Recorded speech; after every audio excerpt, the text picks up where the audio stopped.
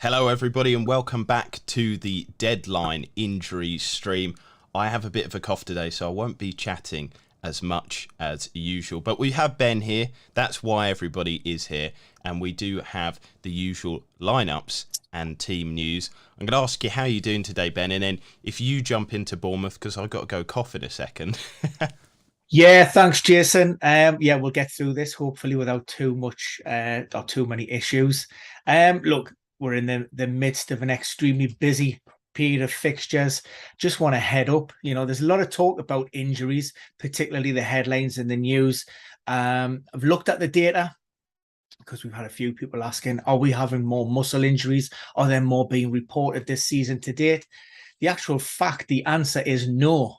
Year-on-year comparisons, there is very little in terms of a variance between the total number of reported injuries from last season and this season.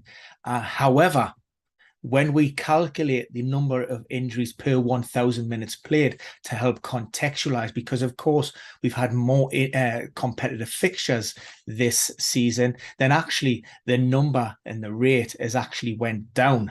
So there you go. I found that quite surprising myself. We will be looking to publish that data in a lot more detail when things calm down a little bit. But you might have heard on talkSPORT yesterday, and I think we also might have something going out maybe in the Athletic next week and possibly the Mail on Sunday. So keep your eyes and ears peeled with that. But we'll kick straight off and we'll go into Bournemouth.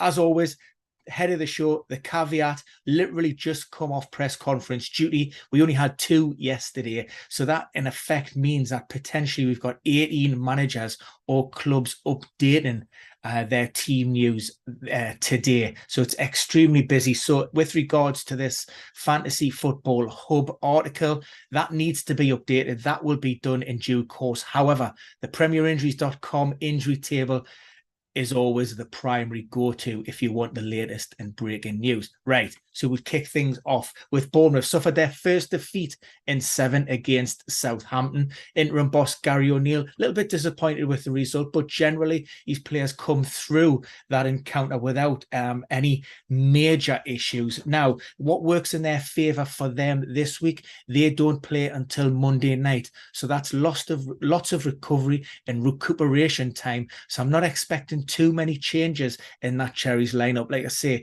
it stood Gary O'Neill really well in recent times, since that 9-0 drubbing by Liverpool at Anfield. A couple of things to note. Joe Rothwell and Ben Pearson, they've been returned to the matchday squad. Not fully up to speed in terms of their sharpness and fitness, but great to see them in and around the group following long-term injuries. So we'll head on to Arsenal. Apologies, people. People have said my camera's out of focus. And also, just the situation is I have a bit of a cough and everything. And I don't want to distract from the beauty of Ben here. He looks absolutely fabulous and I don't want to distract. But the big thing that a lot of people have sent in messages before the show, they've sent it to you on Twitter, Ben, is Bukayo Saka from Arsenal. Yeah, look, now this is what I always say, and it's very, very difficult because we hear from post-match comments from the manager. We tend to take those as gospel. Case in point, Jurgen Klopp talking about Darwin Núñez. We took him off as a precautionary measure. Don't think it's anything. It was a little bit of tightness in his muscle. Fast forward 24 hours, 48 hours, the player's getting treatment and he's a doubt. That's a hamstring issue. But what works in the favour of Bukayo Saka, it was a kick. Yes, it's painful, but it's a knock. So it may just come down to pain management because, we're less than 24 hours following that Europa League win over PSV. We're not able to give any kind of definitive answers. Injuries can evolve, and ultimately these players wouldn't have been thoroughly assessed by the time that press conference comes around. So the chances are Saka will be looked at today, and the hope is that he'll take part in the final session on Saturday. Now, he obviously needs to be a part of that final session on Saturday to then be considered for Sunday. But like I say, that I'm fairly confident with this one, given the fact that it is just a kick and a knock and not a muscle tear or pull. Now, the big news this week is Aston Villa. Gerrard, he's been sacked. So do you think that's going to affect the lineup for this weekend? This is a difficult one, and I think I actually referenced it in the actual article itself. We're coming into Magic 8 Ball territory here, where really we won't have any idea about the decisions with regards to the starting 11, the setup, because they don't have a permanent manager, don't know anything about the new guy who's just been temporarily put in charge. In fact, he's the first team coach, and I can't even remember his name. However, what I would say is you don't want to come in and make too many changes, certainly not wholesale changes, because that can backfire, to the detriment of that. So you'll want to find a good balance between making one or two tweaks and obviously the need to change things with Villa hovering precariously close to that drop zone. I think they're just out the bottom three currently on goal difference. So there are a couple of tweaks in there from midweek. We certainly know that there's going to be one enforced change. Douglas Luiz, he was issued that red card for that altercation or coming together with Mitrovic. So that'll put him out for 3 matches. Two players who are potentially in line to come in, Marvelous Lakamba, but I've went with Leandro Dendoncker in this instance. And just on screen, I think people saw, I was cheekily looking up, it's Aaron Danks, who is the caretaker manager. Don't know if people know Aaron Danks. Is he a fan of tiki-taka or anything like that? Put it in the comments. But we shall move from Aston Villa to Brentford. They had a commendable draw with Chelsea at the weekend. Again, usually it's Ivan Toney that gets the FPL plaudits. Oh, sorry, yeah, I lost you there, Jay. You went off a second. It certainly is, yeah. But back to a half decent performance in the last couple of games from Thomas Frank. He has tweaked his formation ever so slightly. He actually rested Aya midweek, and he brought in Matthias Zanka Jorgensen, decent defender, had a decent performance, and like I say, not bad overall. Now, the problems come in Brentford is in that midfield. There's lots of competition. There's lots of players who can intersect. We haven't got De Silva in there. Damsgaard, Lewis Potter is another one who's been touted. So, listening to those Brentford supporters and seeing them, there's a couple of players in there that maybe don't deserve a place. Jensen one, apparently that's been underperforming in recent games. But we've seen Roslev come in on the right-hand side. I think he retains his place. And like I say, I've got Christoph Ayer starting there. No place for Wissa in that starting 11. When he plays, we tend to see the Bees go with a 4-3-3. Whereas at the minute, just to help stabilise the team, they're maybe looking at a 5-3-2 in defence. But when they attack, that sort of changes to a 3-5-2. So we're going to move to Brentford.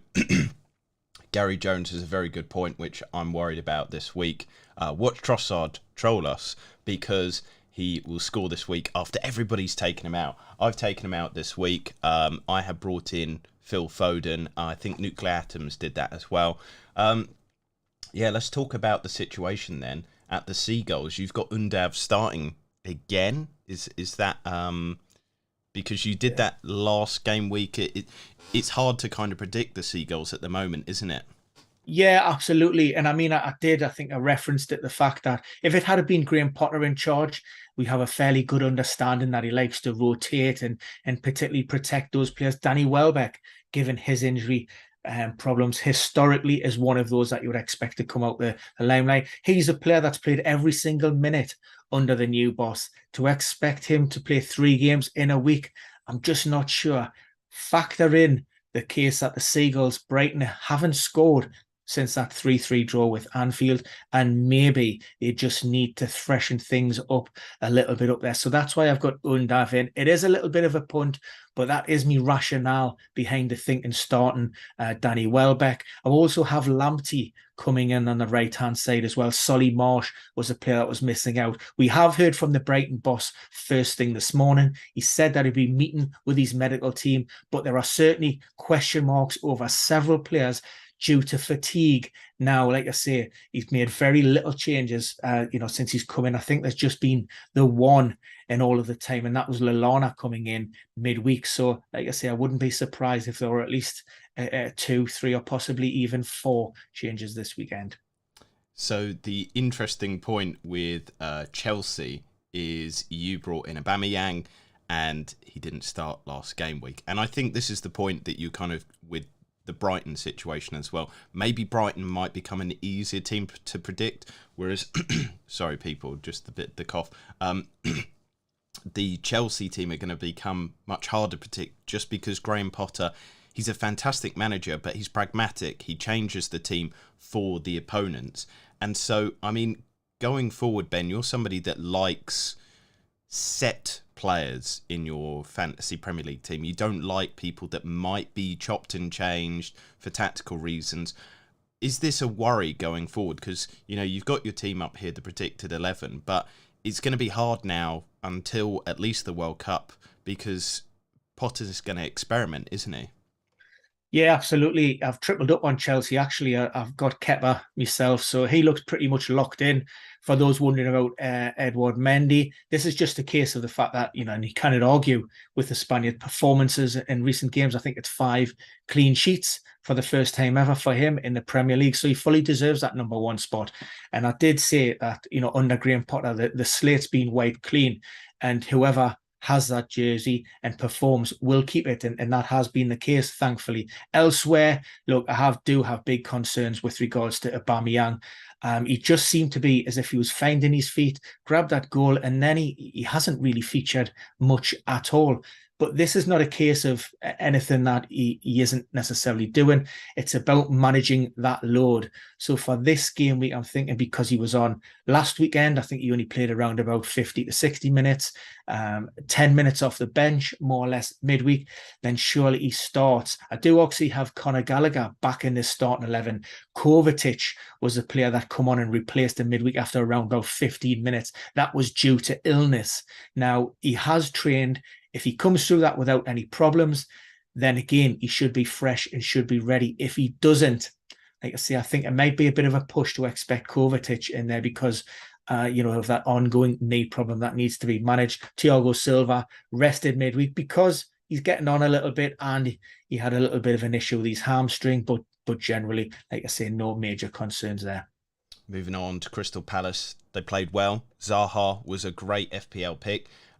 And I guess going into this game week, can they continue their form because there's no real injury issues? Yeah. I mean, generally the squad is pretty fine. Patrick Vieira tends not to make too many changes. I have brought Jordan Ayew back, Jeffrey Sloop, the player, missing out, and you know that ongoing conundrum with regards to Odsonne Edouard or Jean-Philippe Mateta. We've heard Patrick Vieira talking about the impact of Edson or Edouard this week. Does that indicate that he's going to get dropped for Mateta? Quite possibly. Like I say, just to freshen it up a little bit, but it's a difficult call, and I would definitely say that Odsonne Edouard is the first choice. It'll just purely come down to managing those minutes. And what was the lovely joke that somebody said last week about Mateta? Well, you see Mateta and I see Matata.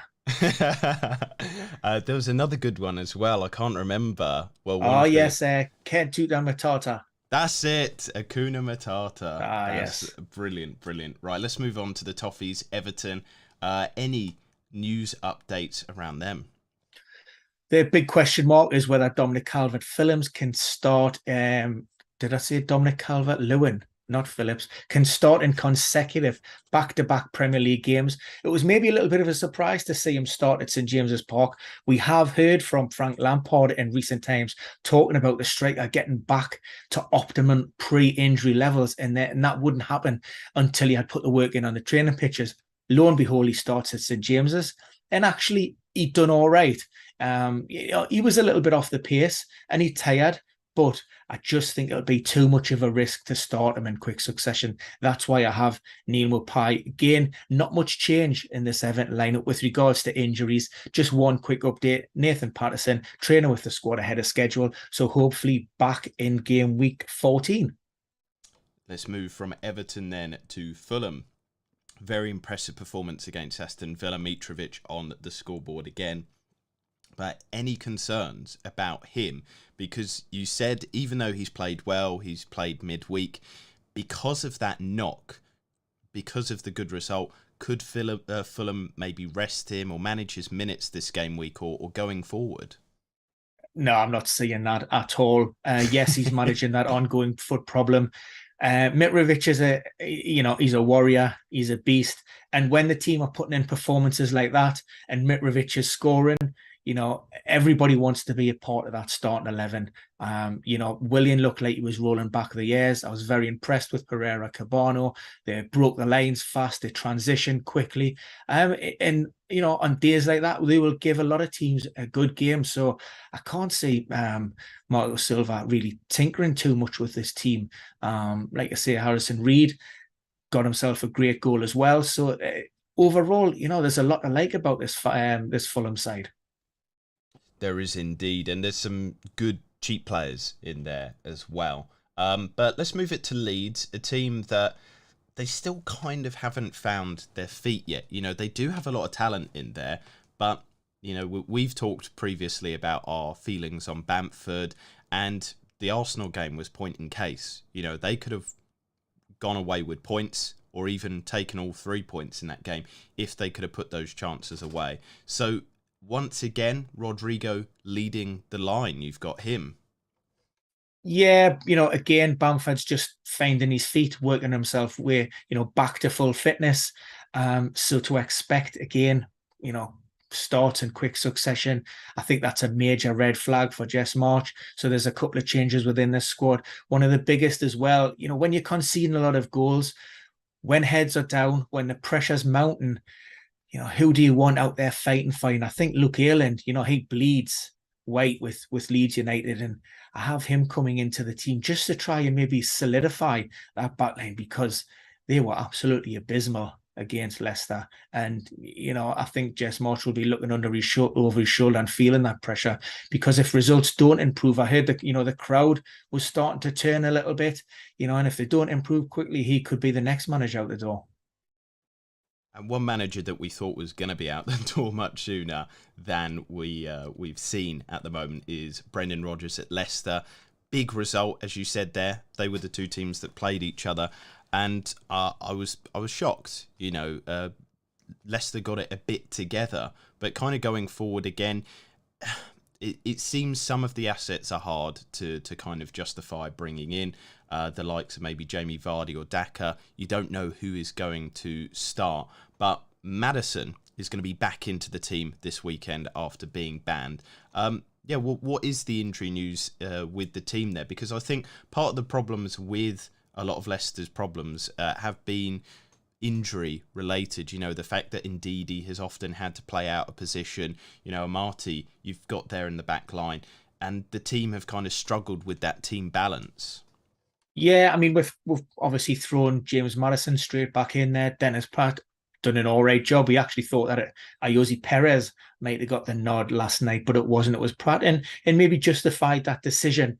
We have Patson Daka leading that Fox's front line again. Jamie Vardy has been used sparingly, and you also you almost get that feeling now that his time has come to an end at the club. And like I say, it's about Brendan Rodgers focusing on those assets that he will have, going forward. That's why Daka has come back in there.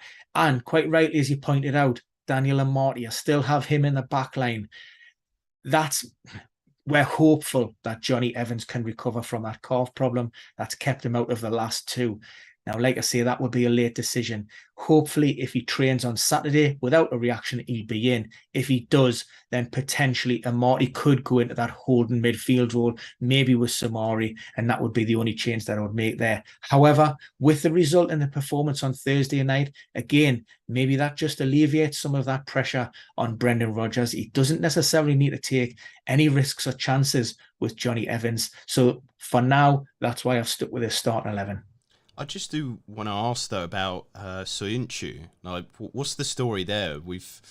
I don't know if it's clear the situation there. Maybe you can. Maybe I've not paid enough attention, but it seems like Brendan Rodgers. It might be a tactical thing because if I remember correctly, previously you said Brendan Rodgers said it's what I've seen on the training pitch. Yeah, he did see that, but then 7 days later, he did reference the fact that Soyuncu returned from international duty in October with a slight knee problem. Now, it wasn't an injury as such, just more of an awareness that he wasn't 100%. However, last week he was sent for a scan, and the results of that scan highlighted an issue in his knee, and that's why he's actually been out of the matchday squad. Back up now is Yannick Vestergaard. He was included for the first time in the Premier League last night. So, like I say, maybe he's going to be in and around that matchday squad going forward until maybe Johnny Evans gets back up to speed. Interesting. Just one of those situations, I wasn't sure if it was tactical or not. So we're going to continue over to Liverpool, and I was disappointed with their result, the fact that it was just 1-0. I had Salah in my team. I did a kind of, I think, almost a differential captaincy because everybody's moved from Salah. I seem to be one of the people going the other way. But what is the kind of injury news, the situation there? Because we saw Robertson rested for that West Ham game, didn't we? Yeah, and that's just returning off a fairly long-term injury. So Tsimikas came in. I've swapped those players back over. Elsewhere within this team, will we see Jurgen Klopp go with that 4-4-2 that he's adopted in recent games as well? By his own admission, he spoke about, when he first looked to deploy that setup, that formation, he had a lot more players at his disposal. Players are coming back slowly but surely. We've seen Curtis Jones in recent times added to the matchday squad, get minutes. Also, Alex Oxlade-Chamberlain, although he's still a way off being fully match fit. The big talking point or the big decision heading into this weekend game is, I mentioned it at the head of the show, is Darwin Núñez. He came off before that hour mark on midweek. And that was because he complained of tightness in his hamstring. Now, Jurgen Klopp initially said we took him off before he would suffer any kind of serious setback, given what's happened to Diego Jota and obviously Luis Diaz. However, he confirmed that the player was getting treatment on Thursday to address that. He will speak with the medical department today and check his availability. Although he was all keen to stress that it isn't an injury as such. Like I say, just a bit of a feeling, a little bit of discomfort, a little bit of tightness. So that comes down to, whether they take that chance and potentially, risk him or, they leave him out the firing line. It'll be an interesting one to see what happens there then, because do you think that would change the shape of the 11? Because obviously, who comes in then? Yeah, I mean, the Carvalho has been one that they have been talking about. Curtis Jones, he's had minutes, so potentially, he's a little bit further forward in terms of his minutes. We don't have Henderson in that starting lineup, so there's a little bit of flexibility. You could go 4-3-3 even, but I do think that Jurgen Klopp does like this stability and the protection that the 4-4-2 offers. It's just a case of, will he have the relevant personnel who are fit enough to be able to carry out that game plan? Now, is it all clear on the Man City front? It's never clear on the Man City front when it comes to Pep Guardiola. I think what we need, we've had a rare week where Pep Guardiola has been able to work with these players on the training pitches. The only team that hasn't had a game, and therefore, that gives a great opportunity to recover his players. John Stones has been back with the group now for 2 days. I don't think he'll be risked, but Pep Guardiola will have one eye on that Champions League game midweek in Dortmund as well. But I do see Jack Grealish wasn't involved. I think Man City only made one change at Anfield. That was Gundogan going off late in the game. So there's a lot of fresh legs in there. He can afford to change things up a bit, and I'm sure he will, as he always likes to do. Now, the huge news from Manchester United is the Ronaldo situation. He was kind of in and out of the team anyway. There wasn't certainties on him. But, what is the kind of injury news there? Is there anything else that people need to be aware of? Not really. Christian Eriksen was introduced or returned to the matchday squad midweek. Of course, he missed out against Newcastle because of illness. Now, I do have him starting here, which is maybe a little bit unfortunate for Fred, who done all right. in the win over Tottenham. It was probably the best performance under Eric Ten Hag, that 2-0 win. So it's whether he believes or he wants to keep the nucleus or the majority of that team, as it was. For me, I just think Eriksen and Casemiro beside each other are the two better options. Of course, there's McTominay in there. And yeah, look, there'll be decisions with regards to maybe fitness and sharpness and the fact that we've had 3 games, but the performance against Tottenham leads me to believe that we will see very few changes in that United lineup. Moving it on to your boys, the Magpies, Newcastle. You're playing so well at the moment.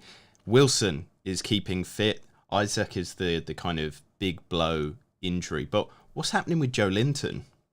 Joe Linton, yeah, he was replaced at half-time against Everton.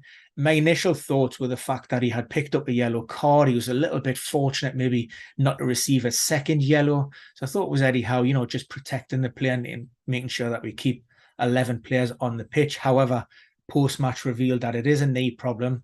Now, the issue that you have with Joe Linton, he's a guy who really is resilient and robust. He has played with a lot of injury problems in the past, ongoing adductor issues, ankle problems. He's a bit of a warrior with regards to that now. To be asked to be replaced tells you that, it is fairly severe. And so the initial concerns were it was just a knock. However, further evaluation and those conversations lead me to believe that Joe Linton probably, I think he might be held back, or certainly not in that starting lineup, especially as we have, strength and depth and cover within there. Joe Willock's a player that I expect to come in, but we have seen John Joe Shelvey returning to the matchday squad in recent game weeks.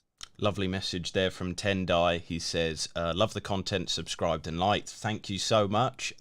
Always a pleasure. Everybody just hit that subscribe button, because at the moment it is chopping and changing very quick in the Premier League. And actually, it's a good opportunity to tell everybody, people might be interested. As you said, Ben, how many press conferences? 18 or something today, a ridiculous amount.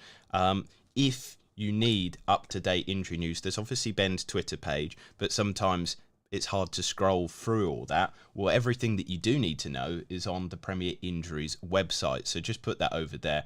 And you can't go wrong with that. That's the most up-to-date that we can possibly be, unless you DM me or Ben on our respective Twitter feeds. But let's go back to the team news. Nottingham Forest, again, one of the teams that I don't think there's too much interest in, apart from the likes of maybe Nico Williams and Aurier, because they're a nice, cheap defender. What is the kind of situation at Forest? Yeah, we'll stick with the fullbacks. And we heard that Henry Toffolo picked up a hamstring problem midweek. That's going to keep him out for a fairly substantial period. So we've seen Nico Williams switch flanks onto the left, and that should lock in Aurier. So they're the two sort of budget backline Forest defenders that most are interested in. And I have both of those players to start, although Aurier still isn't fully up to speed and highly unlikely to complete 90 minutes. You hope he passes that 60-minute mark. Forest have still got a clean sheet, and Steve Cooper then brings him off to protect him. We've got a question here from from Big Fat Giraffe. Excellent username. Ben loves that. He says, I've got James sat on my bench, Cancelo, Trippier and Saliba in play. Any suggestions on who to replace James with? Really enjoying the stream, lads. Thank you both. Thank you so much for tuning in, Big Fat Giraffe. Again, just reiterating, really cool username. The standout option for me at the moment is Fabian Schär. He's picking up bonus points, part of an excellent Newcastle defence. As I said there, you guys, Ben, have been magnificent. I think he's cheap. You can put the money in the midfield, and hopefully we see a lot of goals kind of going into the World Cup, as a lot of players psychologically focusing on that, want to impress, want to break into their national teams, and want to be in those squads. So I think this is a good time maybe to kind of invest in maybe a cheaper defence. What do you think, Ben?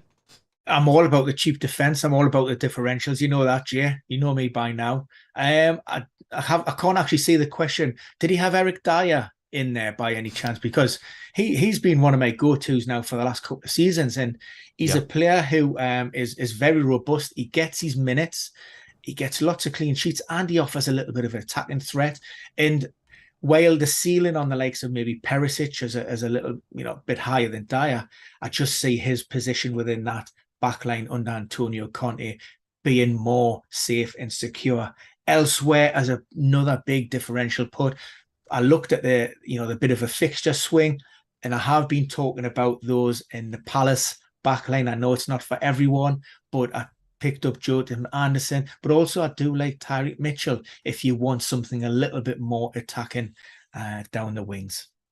So Reagan Marber has asked about Saka. We did cover that a little bit earlier. We go through all the teams alphabetically, so if you're tuning in a little bit late, just rewind the video and you can catch up with that. And yeah, I think the Eric Dyer is a great shout as well. Both, interestingly, Mr. Differential Dinnery, 11% ownership, Shah and Dyer. So I don't know if that's not differential enough for you, but we'll move on to the next team, which is Southampton. Again, one I don't think a lot of people have got their eyes on. Yeah, if you want to quickly skip through them, and then we can get on to Spurs, which I think, a lot of people are interested in. Yeah, I mean, the two big updates. Kyle Walker-Peters was one, came off midweek. Initially, Ralph Hasenhüttl thought that might have been cramp.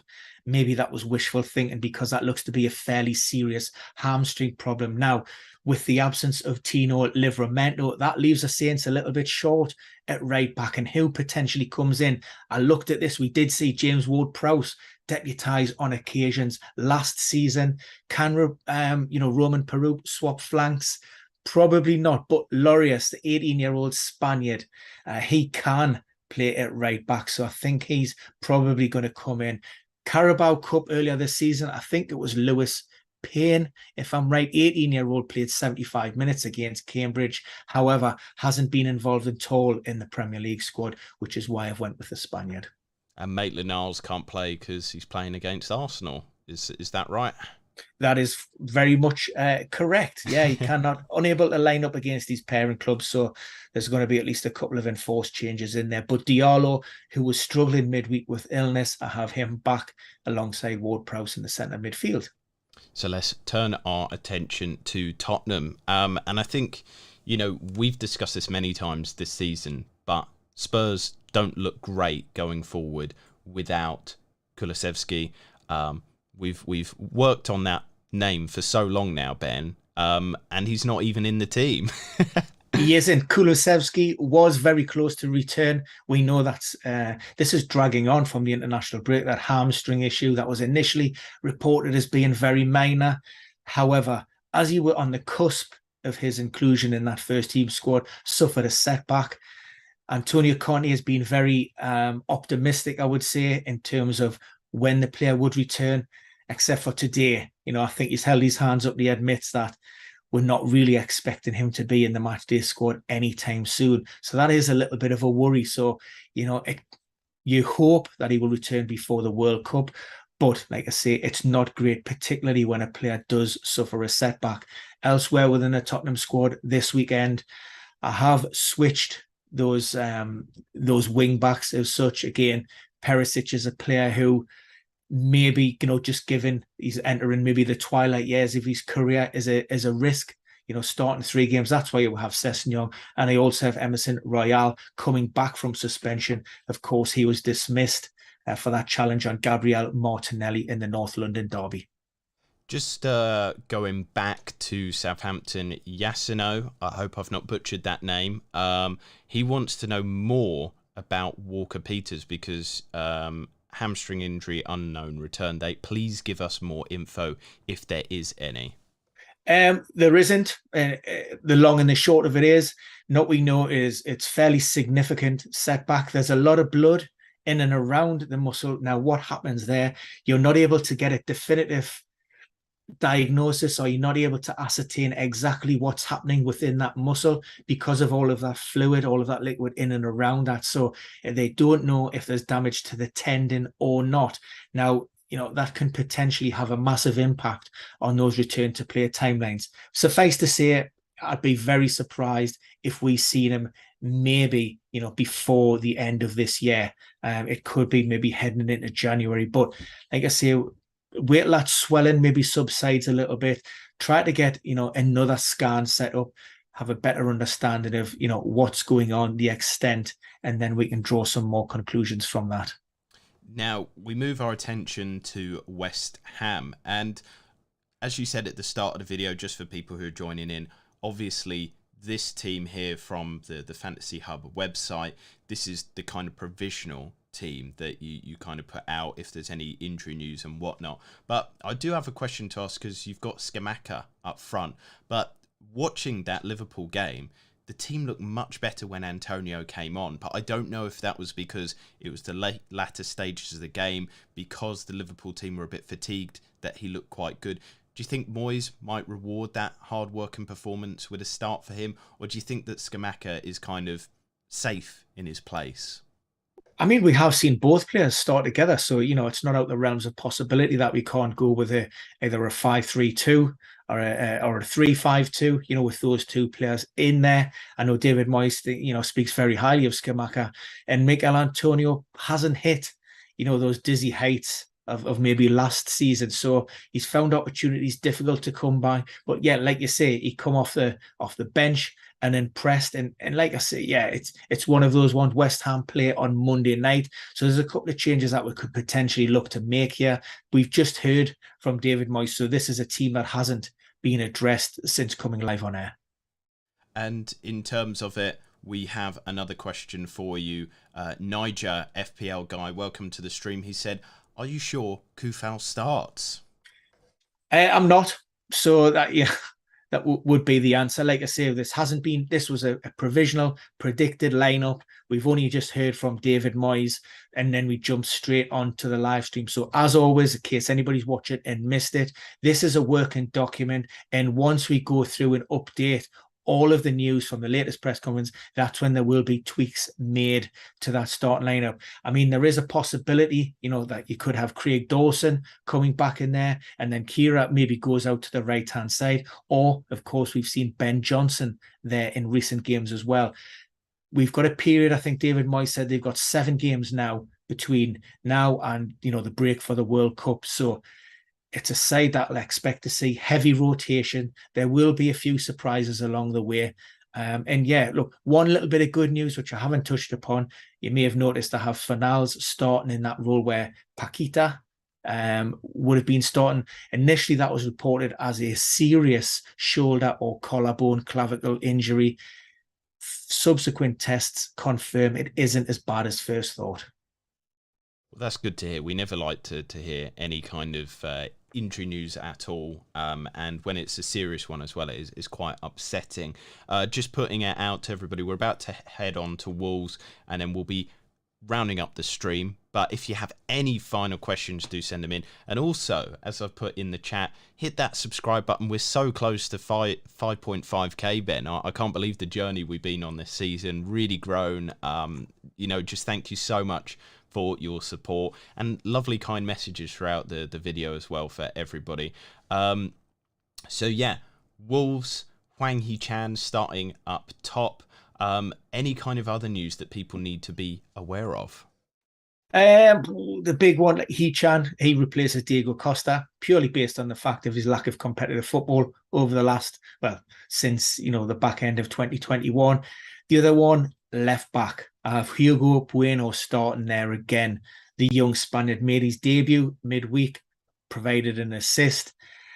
This is one that maybe it can change. Nuri is now being past fit.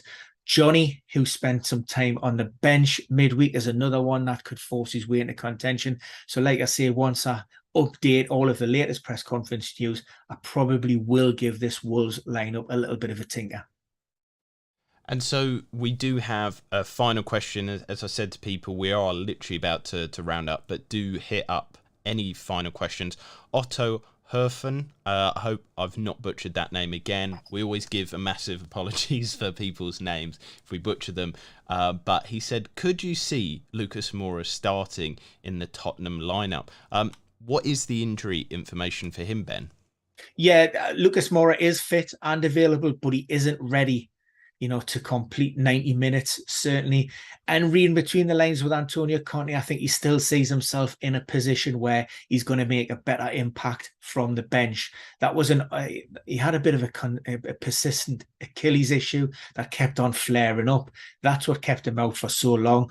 Like I say, thankfully, he's working now without any kind of reaction. It's just a case of, I see those minutes being built up from the bench as opposed to maybe him starting and then coming off early. I don't even know if he's ready to do that 50 or 60 minutes. He might just be, a 30 to 35-minute player at this moment in time. Well, that is the end of the injury news then. That is the end of this week's deadline stream. We're always here each week just before the deadline, so make sure to stay subscribed. We're usually 2:15 on the day before the deadline, or well, usually on a Friday, isn't it, Ben? But it just really depends if it's more midweek craziness. But for now, we're going to wish you the best of luck. As I said, do head over to the Premier Injuries website. You've got all the injury news there, so if there's any breaking news, we'll update it as quickly on there. Follow Ben on Twitter as well. He has no rumour, it's just all the most up-to-date information. And yeah, we will see you again very, very soon next week with our usual content.